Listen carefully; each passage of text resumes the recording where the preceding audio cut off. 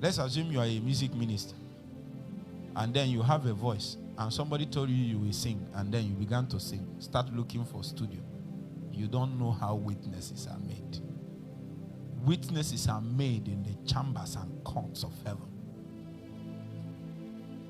When you come out from that place, you go and do voice training because you are already a witness.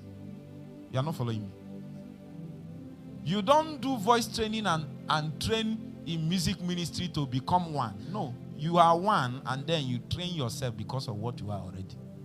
You are training because of what you are. You are not training it to become something. You need this encounter. You need it. God appears to you. Put scrolls in your heart and in your lips. When you open your mouth to sing, heaven will split into two. Huh? I'm telling you. Your voice will sound like many waters, like the voice of angels. If you advance in it, God will give you a staff. When you raise your voice like Moses, waters will spring out. What song did Moses sing? And say, spring up, oh well. What kind of song is that? You think is by melodious voice? Moses sang by priesthood. And water sprang up from nowhere. Spring up, oh wells, spring up. Do you know how to find that kind of water? Don't join the bandwagon to become another guy.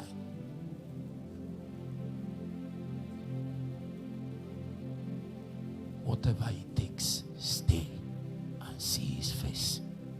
It makes all the difference. Even if you come to a point where you pass through challenges and things are not going the way you want it, do you know what will keep you? God appeared to me. That's what kept Paul. And it's not just that God appeared to him. He told him of both of the things. So is both too. Of the things that thou hast seen. And secondly, of those things in which I will appear unto thee. So God in that one is two promises of present encounter and subsequent encounters. Listen to me.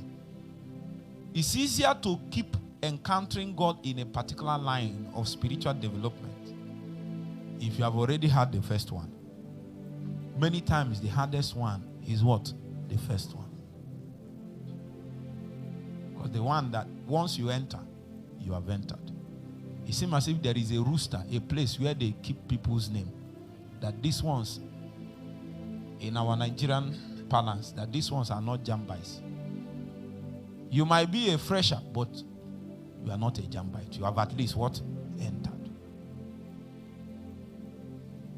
And they will schedule seasons for you. Maybe seasons of 3, 5, 7, or 10 years that they will be coming. After 10 years, they appear unto you again. And they read the rooster, how well you have done. And they work something in you again. You appear fresh from Zion. I was listening to a man. He said that one day he was caught up in the spirit. He's a music minister, caught up in the spirit. And suddenly an angel was coming down from heaven. It seemed as if the presence of God was oozing out of him. Not oozing like, you know the way. Have you taken your bath before? And you use soap well. And then the foam, you know the way the foam will be oozing? The presence of God was oozing like liquid fire. Was coming down.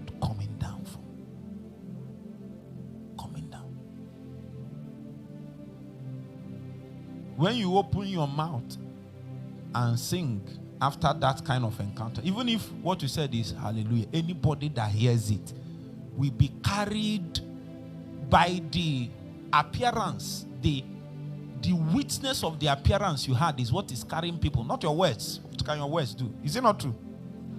Cannot do much. When we speak, what carries people is not just what we are saying. It is the witness on our altar. It is the witness of encounters. It is the witness of the throne, of the things that God has committed to us. That's what is carrying people, carrying you to unimaginable places. Even when you are dull, you are weak, you are not the kind of